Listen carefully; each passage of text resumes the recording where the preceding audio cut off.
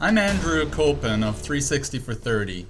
In 2019, Manuel Franco won over $768 million in the Powerball lottery. In the hype of the lottery, before Mr. Franco won the grand prize, my son and I were on a very long drive and we started talking about disaster preparation and wondered, if we won the lottery, how much of the $700 million it would take to guarantee our survival in the case of an end-of-the-world zombie apocalypse, nuclear war, Yellowstone eruption, or even an asteroid impact.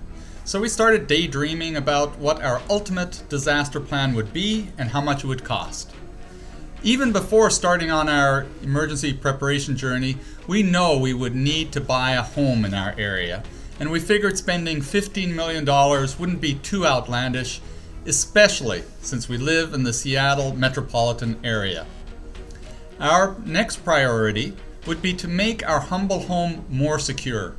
Not only would we need to replace all the windows and doors with bullet-resistant windows and doors, we would need to build a secret underground bunker in the home.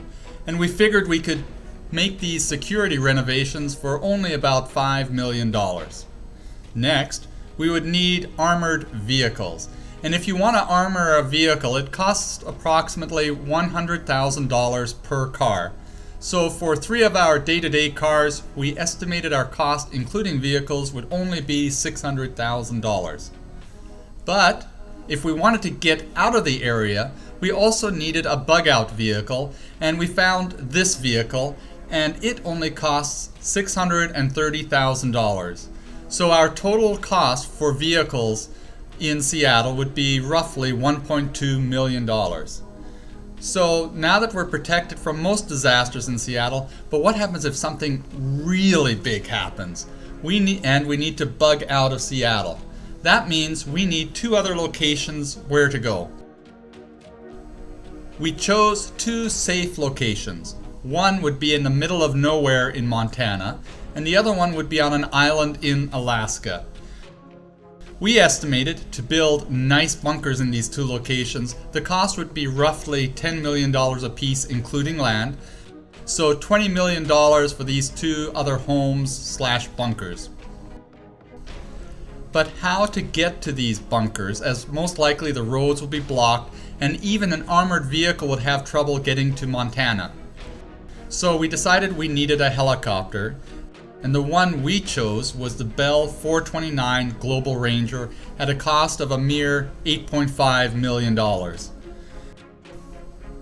Now that we had the helicopter, we needed to purchase property close by Seattle to house the helicopter, as we couldn't trust that the airport would be open or secure in the event of a major catastrophe. We estimated the cost to purchase a property with sufficient land where we could land and operate a helicopter would cost roughly $5 million.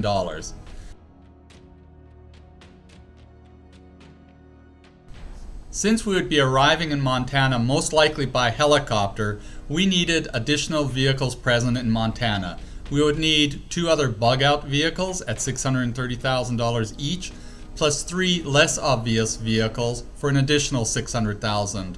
So our total cost for vehicles in Montana would be $1.8 million. The good news is that we should be able to reach Montana using our helicopter. But our helicopter only has a range of 700 kilometers, and we realize that we won't be able to reach Alaska. So we needed a yacht. Since we had a helicopter, this yacht needs to be able to have a helicopter landing pad, and since we'd be heading to Alaska, it needs to be able to break through ice. And so we found the Akula, and it only costs $11 million, and we estimated the cost of refurbishing it to our liking would only cost an additional $3 million, so a total cost of $14 million.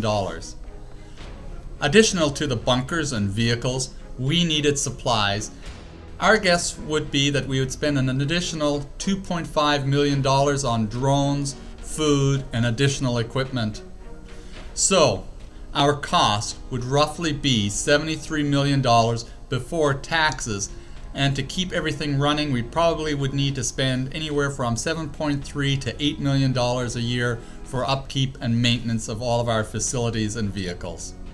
After coming up with our ultimate $73 million disaster plan, we began a discussion on what issues this plan had other than cost. Some of the issues we came up with were: flying on private aircraft is inherently more dangerous than flying on commercial flights. So even before a disaster, by flying private, we are reducing our safety. Additionally, worldwide disasters can happen unexpectedly. If we are away from our bunker or aircraft when a disaster hit, we will be in the same boat as everyone else is, in spite of all the money, time, and resources we had spent. And even if we do reach our bunker, how do we keep the people who know about them away? Then, how can we trust all the people we need to operate everything from not eventually kicking us out of our own bunker? And then finally, what happens when all of our supplies run out? What do we do then? We then started discussing, if we only relied on our $73 million disaster plan, would our odds of survival be higher than a person who had basic survival skill and only a basic bug out bag? Which then led to us researching worldwide disasters, both man-made and natural, and we found out that during the Black Plague of Europe, 50 to 70% of people survived without any plans at all and without knowing the cause of the plague.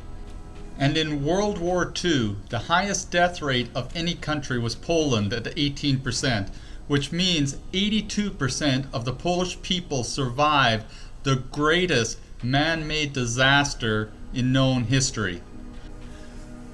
We then concluded, after our lengthy drive, that based on our unscientific Google research while driving for hours, that in the most likely to the most extreme disaster scenarios, our deluxe, no expenses too great disaster preparation plan would at best only marginally increase our odds of survival over a person who had basic skills anyone could learn and a basic bug out bag.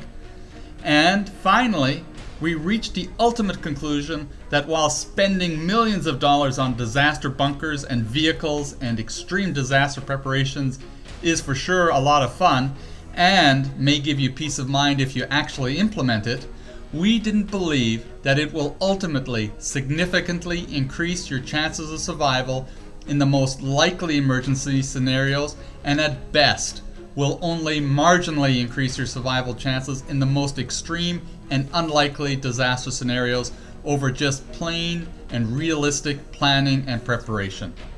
While I never will discourage anyone from doing extreme disaster preparation, and honestly, if I would have the time and resources, most likely will do them myself, I think the long drive and research emphasized to me that most people should focus on practical emergency preparation and training.